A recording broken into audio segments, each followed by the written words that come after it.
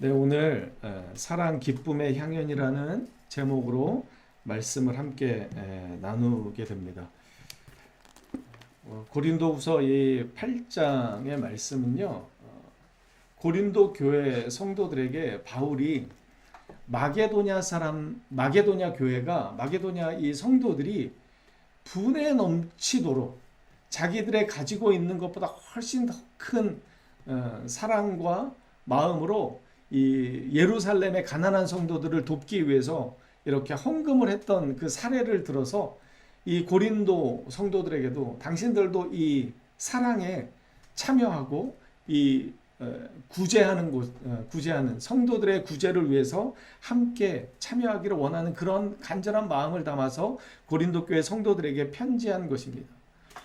보통 우리가 사랑이라고 하면 고린도전서 13장의 말씀을 많이 알고 있습니다. 왜냐하면 그게 사랑장으로도 알려져 있고 사랑은 어떠한 것인지 고린도전서 13장에 보면 너무나 자세하게 잘 나와 있기 때문이기도 합니다.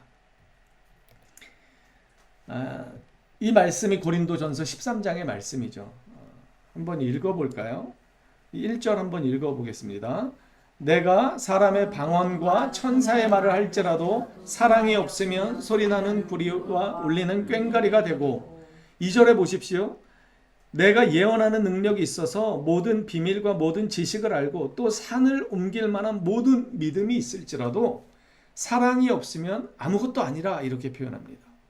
그리고 3절에 보십시오. 내가 내게 있는 모든 것으로 구제를 하고, 이것은 마게도냐 성도들이 그렇게 하는 것이죠.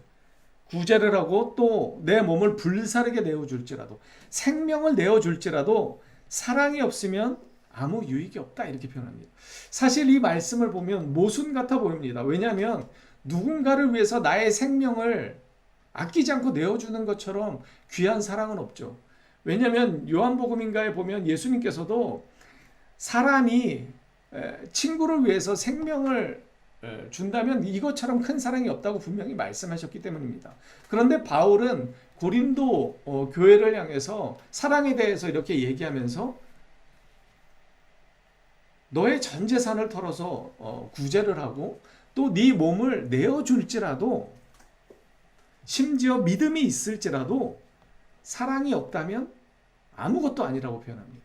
사랑이 없으면 아무런 유익도 없다, 이렇게 표현합니다. 이 좀 이해가 안 되죠. 왜냐하면 이러한 모습은 좀 모순되는 것 같습니다.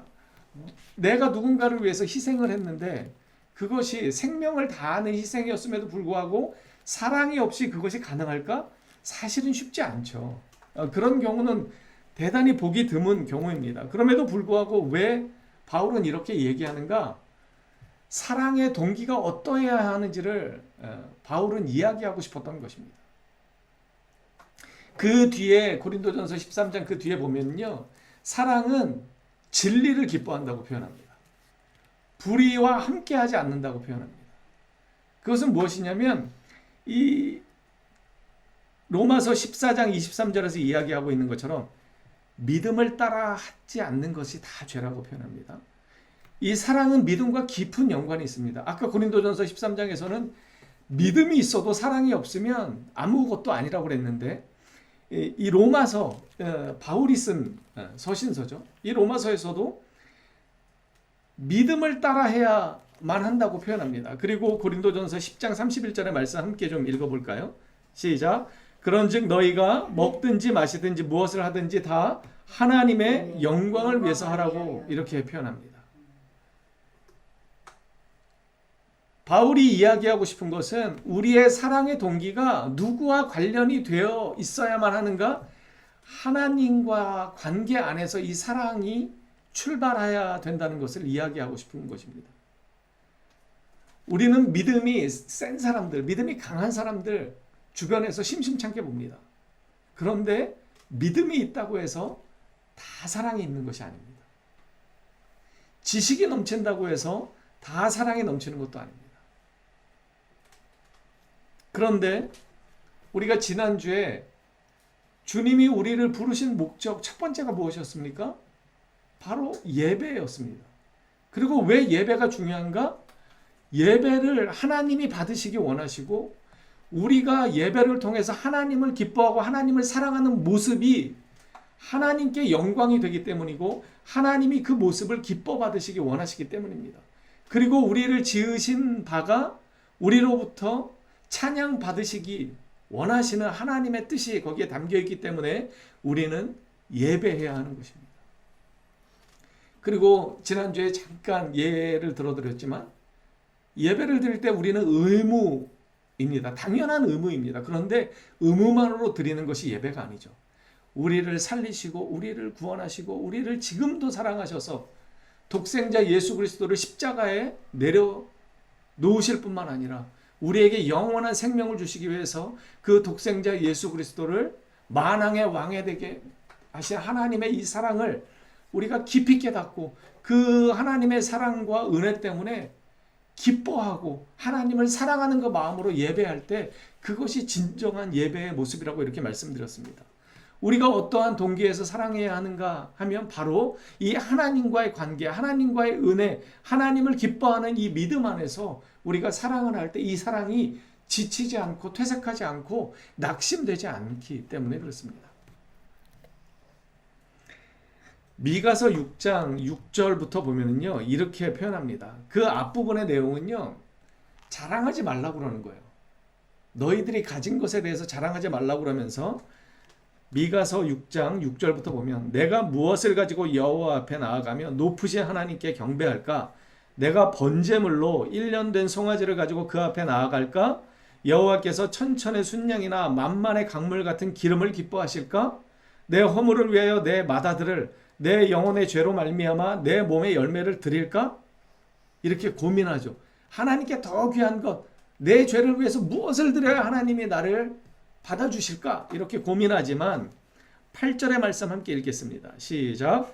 사람아 주께서 선한 것이 무엇임을 내게 보이셨나니 여호와께서 내게 구하시는 것은 오직 정의를 행하며 인자를 사랑하며 겸손하게 내 하나님과 함께 행하는 것이 아니냐. 이게 무엇을 이야기하냐면 진짜 예배, 진짜 제사, 진짜 하나님을 기쁘시게 하는 건 1년 된 암송아지도 아니고 너의 모든 재물을 드리는 것도 아니고 뭐라 그럽니까? 8절에 주님께서 진짜로 선한 것이 무엇인지를 너희에게 보이셨다는 거예요. 이미 그게 뭐냐면 여호와께서 너희에게 구하시는 건 1년 된 암송아지도 아니고 그 다른 어떤 기름진 것도 아니고 오직 정의를 행하는 것 그리고 인자를 사랑하는 것. 여러분 정의를 사랑하는 게 무엇입니까? 하나님의 성품을 사랑하는 것입니다. 하나님은 정의로우시고 공의로우신 하나님이십니다. 그리고 여기서 인자가 바로 하나님을 이야기하는 것이죠. 정의를 행하고 인자를 사랑하고 겸손하게 너의 하나님과 함께 행하는 것이 무엇이냐? 정의를 행하는 것과 인자를 사랑하는 것과 하나님과 함께 동행하는 것, 이 세 가지가 다른 것 같지만 한 가지입니다. 하나님이 기뻐하시는 바를 위해서 사는 것, 이것이 진정한 제사고 예배라는 것입니다. 이것이 하나님이 기뻐 받으시는 진정한 예물이라고 하는 것이죠. 그러니까 우리가 무언가를 행할 때 내 의지대로 행하는 것이 아니라 하나님이 기뻐하시는 것이 무엇인지를 깊이 우리는 심사숙고해야 합니다. 그리고 그것이 하나님과 연관될 때 진정한 섬김이 되는 것이고 진정한 사랑이 되는 것이고 그것이 진정한 하나님을 향한 예배가 되는 것입니다. 예레미야 9장 24절은 이렇게 표현하고 있습니다. 자랑하는 자는 이것으로 자랑할지니 곧 명철하여 나를 아는 것. 하나님을 아는 것을 자랑하라고 이렇게 표현합니다. 그런데 하나님을 아는데 하나님은 어떠한 분이신가를 설명하죠. 나 여호와는 사랑과 정의와 공의를 땅에 행하는 자인 줄 깨닫는 것이라 나는 이 일을 기뻐하노라.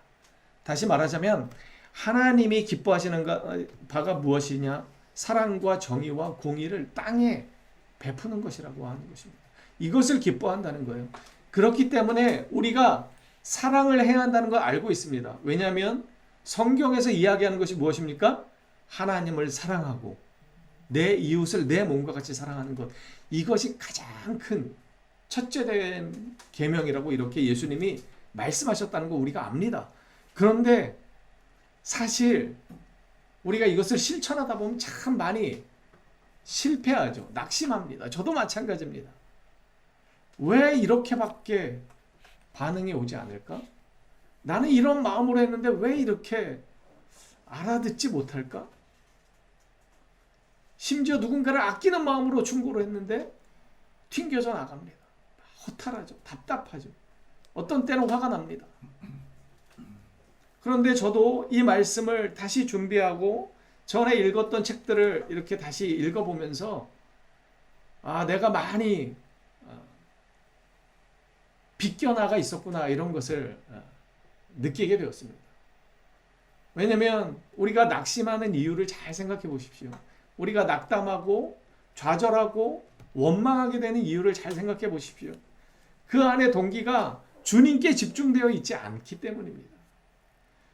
주님을 사랑하는 그 마음으로, 주님을 기쁘시게 하려는 그 기쁜 마음으로 우리가 그 사랑의 동기가 되지 않았기 때문에, 그 동기가 나로부터 출발하기 때문에 우리는 조금만 내 기대에 어긋나면 낙심하는 것이죠. 그리고 막 좌절하고 이렇게 해봐야 소용없어, 막 이런 생각을 하게 되는 것이죠. 그런데 우리가 기억해야 합니다. 하나님은 사랑과 정의와 공의를 땅에 행하는 자이실 뿐만 아니라 그것을 기뻐하시는 분이십니다.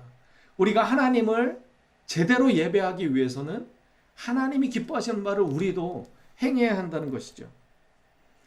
어떤 이유에서든지요, 타인의 유익을 추구하고 선을 행할지라도 진정한 이 사랑의 동기, 하나님을 향한 이 섬김의 마음, 하나님께 영광을 돌리고자 하는 이 동기, 선한 동기가 없으면 우리는 흔들릴 수밖에 없습니다. 영원한 기쁨을 얻기 위한 동기가 아닌 것은 세속적 사랑에 지나칠 수밖에 없다는 것입니다. 이 굴레를 벗어날 길이 없습니다. 여러분, 우리 쉽게 부모님들이 자식을 참 사랑하죠. 너무 사랑합니다. 그래서 지난번에도 예를 들었지만 이 사랑이 잘못되는 경우도 너무 많이 있습니다. 자식을 너무나 사랑해서 그 자식이 삐뚤어지게 하는 경우도 있죠. 그런데 또 일반적인 부모님들은 그렇지 않지만 어떤 부모님들은 이런 경우도 있습니다. 자신의 못다 이룬 꿈을 이 자식을 통해서 비추는 것이죠. 그래서 나는 고생했지만 너는 좀 편하게 살아야 된다, 그런 마음으로 자식에게 뒷바라지랍니다. 그런데 자식이 그 기대에 부응하지 못하는 거예요. 그럼 어떻게 됩니까? 화가 납니다. 화가 납니다. 왜요? 그 자식을 향한 이 사랑 안에 내 기대도, 내 꿈도, 내 바람도 그것이 동기가 되어 있기 때문입니다. 부부간의 사랑도 마찬가지죠. 여러분, 저는 결혼식을 이렇게 가게 되면, 요즘은 참 결혼식이 많이 변질됐지만 부부간의 그 혼인서약이라는 걸 하죠. 그런데 저는 혼인서약을 들을 때마다 참 마음에 새기게 됩니다.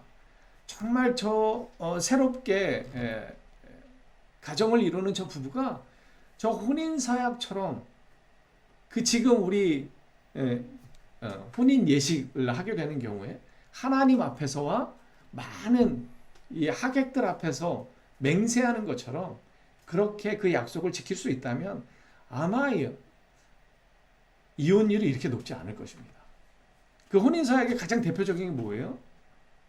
가난할 때든지 부할 때든지, 건강할 때든지 아플 때든지, 그런 거 관계없이 아내는 남편을 향한 아내의 도를 지키고, 남편은 또한 아내를 향한 이 남편의 도를 지키겠다, 이렇게 약속하는 것 아니겠습니까? 그런데 왜 이것이 지켜지지 않고 자꾸 가정이 깨어지냐면, 사실은 세속적인 동기, 불순한 동기, 이기적인 동기가 이 안에 감추어졌기 때문입니다. 저는 가끔 그 동행이나 이 소나무라고 하는 이런 프로그램을 가끔 보거든요. 이렇게 어려운 이웃이 나와요. 그런데 그 어려운 가정에 이렇게 자녀가 아프거나 태어날 때부터 선천적인 장애를 갖고 태어났거나 그런 가정들이 많이 나와요. 왜냐하면 그러한 병으로 인해서 이 경제적 어려움이 계속 지속되기 때문에 그렇죠. 그런데 10중 8구 그 가정들의 남편이나 아내가 없습니다. 왜 그러냐면 나갔다는 거예요. 참 탄식이 나오죠. 저렇게 힘들고 어려운데 둘이 있어도 저 아이를 케어하고 키워 나가는데 저렇게 힘들 텐데 그냥 나가버리는 거예요. 이게 뭐예요? 그들은 결혼할 때 아마 혼인 서약을 다 했을 거예요. 가난할 때든지 부할 때든지 아플 때든지 건강할 때든지 그 부부간에 서로 도리를 다 지키겠다고 약속했을 것입니다. 하지만 그것은 말뿐이었던 거예요. 진정한 참된 사랑의 동기가 그들에게는 없었던 것입니다. 그래서 어려운 일이 발생하니까 떠나버리는 거죠. 믿음도 마찬가지입니다. 많은 사람들이 예배를 드리고 하나님을 사랑하는 것처럼 보이지만 하나님이 나에게 잘해주실 때는 뜨겁게 찬양하고 예배하고 감사합니다. 그런데 그렇게 예배를 드리고 선한 일들을 했음에도 불구하고 내 자녀들이 잘 되지 않고 내 사업이 내 뜻대로 되지 않을 때 여러분 많은 사람들이 믿음을 저버립니다. 여러분 왜 그럴까요? 이들 안에도 마찬가지입니다. 선한 동기가 없었기 때문입니다. 그리고 하나님과의 관계 안에서의 이 선한 동기가 그들에게는 부족했거나 없었기 때문입니다. 그렇기 때문에 어떠한 결과물에 반응이 달라지는 것이죠. 오늘 본문의 말씀을 보면 이렇습니다. 형제들아 하나님께서 마게도냐 교회들에게 주신 은혜를 너희에게 알리노니 환난의 많은 시련 가운데서 그들의 넘치는 기쁨과 극심한 가난이 그들의 풍성한 연보를 넘치도록 하게 하였느니라. 이 말이 모순이 됩니다. 왜냐하면 많은 시련이 있었고 그런데 그들이 이 많은 시련 가운데서도 어때요? 기쁨이 넘쳤다라고 표현합니다. 또 넘치는 기쁨과 함께 뭐가 있었다는 거예요? 극심한 가난이 있었는데 이상하죠. 환난의 많은 시련, 극심한 가난 이거는 같이 갈 수 있지만 넘치는 기쁨, 풍성한 연보는 맞지 않습니다. 그런데 마게도냐 성도들은 그랬다는 거예요. 많은 환난과 시련 가운데서도 넘치는 기쁨이 있었다는 거예요. 극심한 가운데서도 그들이 더 연약하고 더 가난한 예루살렘 성도들을 위해서 아낌없이 풍성한 연보를 전했다는 거예요. 그러면서 3절에는 이렇게 표현합니다. 내가 증언하는데 그들이 힘대로 할 뿐 아니라 힘에 지나도록 그들이 극심한 가난 가운데 있었는데도 그 정도면 충분할 텐데도 그것을 넘도록 해서 그렇게 연보를 했다는 것입니다. 그런데 4절에 이렇게 표현합니다. 이 은혜와 성도 섬기는 일에 참여함에 대하여 우리에게 이 마게도냐 성도들이 어떻게 했어요? 간절히 그것을 원했다는 거예요. 그냥 누가 시켜서 하는 게 아니라 그들 스스로가 그것을 원했다는 거예요. 자기들이 극심한 가난 가운데 많은 시련 가운데 있었음에도 불구하고 성도의 그 더 가난한 예루살렘 성도들을 돕기 위한 그 마음이 간절해가지고 그들이 그렇게 바랬다는 거예요. 우리가 바라던 것뿐 아니라 그들이 먼저 자신을 주께 드리고 또 하나님의 뜻을 따라 우리에게 주었다. 이것이 그 사랑의 동기였다는 것입니다. 그들이 먼저 자신을 주님께 드린 거예요. 주님께 온전히 자기 자신을 드렸기 때문에 극심한 가운데서도 자기를 돌보는 것보다 성도를, 다른 성도들을 돌보는 것에 더 큰 기쁨을 느끼는 것입니다. 이것이 마게도냐 성도들이 참된 선한 동기 안에서 사랑을 실천했다는 증거입니다. 그래서 그들이 더 넘치도록 할 수 있었던 거예요. 그리고 자원하는 마음이 있었다는 거예요. 그러면서 은혜에 대해서 설명합니다. 극심한 가운데서도 그들은 기뻐했는데 이 기쁨은 누가 주시는 것입니까? 하나님이 주시는 것입니다. 하나님께 대한 기쁨이 넘쳤기 때문에 그분의 은혜를 경험한 데서 나온 기쁨으로 그들은 그것을 감당했던 것입니다. 여러분 우리가 왜 사랑을 실천하면서 많이 낙심합니까? 돌이켜보십시오. 저도 그렇습니다. 주님을 향한 이 기쁨이 공급되지 않기 때문에 자꾸만 그렇습니다. 부끄럽지만 제가 처음에 은혜를 받고 막 세상이 달라 보이기 시작하는 거예요. 어디를 가든 주님을 전하고 싶고 주님의 이 사랑을 전하고 싶은 거예요. 그래서 그때는요 부끄러운 게 별로 없었던 것 같아요. 오히려 지금은 누가 이상하게 볼까봐 참 이런 것들을 참 못할 때가 많은데, 제가 전에 한번 광화문에서 기도하는 청년들을 보고 제가 이렇게 얼마 안 되는 돈을 전해준 적이 있습니다. 아이스크림이라도 사 먹으라고. 보기가 너무 좋다고. 그 청년들이 이렇게 전도하기 위해서 모여서 기도하고 막 이런 모습을 보고 제가 마음이 감동이 되는 대로 막 그렇게 했어요.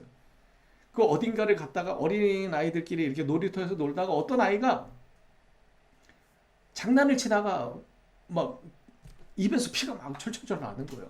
근데 어른이 없어요. 지금만 해도 그런 경우가 별로 없는데 한 10여 년 전만 해도 이렇게 경기도 이런 데 가보면 이렇게 애들끼리 노는 경우들이 많이 있었거든요.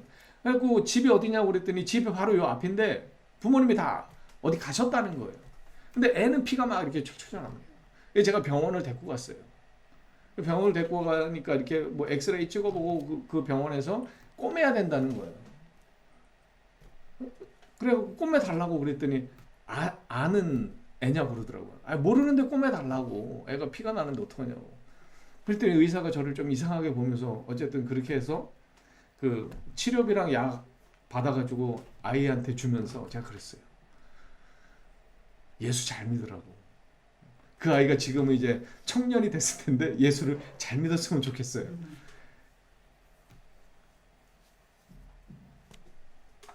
여러분 제가 왜 그랬을까요? 부끄럽지만 주님이 그것을 기뻐하신다는 것에 확신이 있었습니다. 그러니까 그러니까 돈도 아깝지 않고 부끄럽지도 않더라고요. 이상하게 볼까? 그런 거 별로 걱정도 안 되더라고요. 하나님을 향한 넘치는 기쁨으로 이웃의 필요를 채우는 것, 이게 진짜 사랑입니다. 이렇게 될 때 우리가 지치지 않는 거예요. 여러분, 지친 우리 자신을 발견할 때마다 우리는 회개해야 됩니다. 주님께서 기뻐하시는 일을 하는데 왜 내가 지칠까? 내가 주님을 기쁘시게 하려는 그 열망과 이 선한 동기가 약해져 있기 때문에 그렇습니다.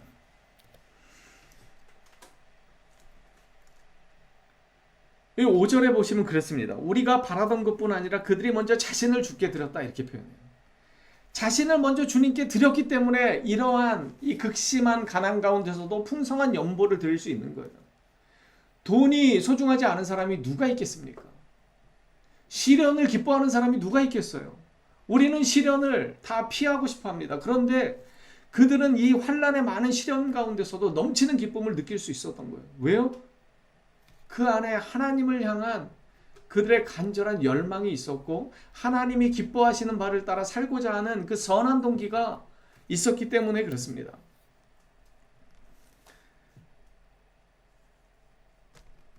(8절에) 보시면요, 내가 명령으로 하는 말이 아니다, 이렇게 표현합니다. 고린도 교회 성도들에게 다른 이들의 간절함을 가지고 너희의 사랑의 진실함을 증명하고자 합니다. 그러니까 고린도 성도들아, 너희들도 마게도냐 성도들처럼 그 하나님을 향한 기쁨과 사랑으로 그렇게 이 사역에 동참해달라, 이렇게 이야기하는 것입니다. 여러분 여기 보면요, 그 기쁨이 나왔죠. 아까 넘치는 기쁨, 많은 시련 가운데서도 넘치는 기쁨이 나옵니다. 이사야 51장에 보면 여호와께 구속받은 자들이 돌아와 노래하고 시온으로 돌아오니 뭐라 그래요? 영원한 기쁨이 그들의 머리 위에 있다, 이렇게 표현합니다. 하나님과 관계될 때만 영원한 기쁨이 있을 수 있습니다. 하나님 안에서만 영원한 기쁨을 우리는 누릴 수 있어요. 제가 사랑, 왜 기쁨의 형인이라고 이렇게 제목을 붙였는지 아시겠죠? 사랑하는 것은요, 주님을 향한 기쁨과 깊은 관계가 있습니다. 주님께서 기뻐하시는 바가 무엇인지 누가복음 15장에 잘 나와 있죠. 내가 너희에게 이르노니 이와 같이 죄인 한 사람이 회개하면 하늘에서는 회개할 것 없는 의인 99으로 말미암아 기뻐하는 것보다 더하리라. 한 영혼이 주님께로 돌아오는 것을 기뻐하신다는 거예요. 그래서 우리는 그 하나님의 기쁨을 위해서 우리도 이것이 우리의 기쁨이 되어야 하는 것이죠. 아까 제가 부모 자식 간의 사랑을 이야기했는데 부모님들이 왜 자식을 이렇게 잘 섬겨줍니까? 그 안에 기쁨이 있기 때문이에요. 순수한 동기로 부모님들이, 일반적인 부모님들은 순수한 동기로 사랑하시죠. 아까 제가 다른 경우를 예로 들어드렸지만 보통 부모들은 어떻게 합니까? 그 자식에게 주는 것만으로 기쁜 거예요. 자식에게 무언가를 채워줄 수 있다는 게 기쁜 거죠. 우리의 사랑이 그래야 한다는 것입니다. 이웃에게 필요를 채워줄 수 있는 것이 우리의 기쁨이 될 때 그것을 하나님이 기뻐하시는 바가 되는 거예요. 히브리서 10장과 11장과 12장에 보면 믿음의 사람들에 대해서 계속해서 열거합니다. 이 사람들은요, 많은 어려움에 처했지만 34절에 보십시오. 너희가 갇힌 자를 동정하고 너희 소유를 빼앗기는 것도 기쁘게 당한 이유, 기쁨으로 그것을 받아들였다는 거예요. 그 이유는 무엇이냐면 더 나은 그리고 영원한 소유가 있다는 것을 알기 때문이라는 거예요. 여러분, 우리가 그냥 미련해서, 우리가 바보 같아서 그 이웃을 아낌없이 사랑하고 이웃에게 막 나눠주고 이런 거 하는 게 아니라 더 소중한 것이 있기 때문이고 그 안에 더 영원한 기쁨이 있기 때문이라는 거예요. 이 히브리서 기자가 계속해서 이것에 대해서 설명합니다. 히브리서 11장 24절에 보면 믿음으로 모세는 바로의 공주의 아들이라 칭함받기를 거절하고 도리어 하나님의 백성과 함께 고난받기를 잠시 죄악의 낙을 누리는 것보다 더 좋아했다, 이렇게 표현합니다. 그러면서 26절 끝절에 뭐라고 그래요? 상 주심을 바라봅니다. 우리에게는 영원한 상급이 있습니다. 이 영원한 상급은요, 무엇과 관련이 있냐면 기쁨과 관련이 있습니다. 우리는 영원한 기쁨 가운데 살 수 있는 것입니다. 그래서 사랑해야 하는 것이죠. 하나님의 영광을 위해서 우리는 사랑해야 합니다. 하나님의 기쁨을 위해서 우리는 사랑해야 합니다. 그것을 하나님이 기뻐하시기 때문이죠. 이웃의 기쁨을 위해서 우리는 사랑해야 합니다. 이것 또한 마찬가지입니다. 이웃의 기쁨이 우리의 기쁨이 될 때 그 모습이 바로 하나님을 사랑하는 우리의 모습과 동일하기 때문에 그렇습니다. 그리고 그렇게 살아갈 때 우리에게 세상에서 경험할 수 없는 영원한 기쁨을 맛보게 되기 때문입니다. 참된 마음으로 사랑하며 진리를 행하는 믿음의 일꾼들 되시기를 주님의 이름으로 축복합니다.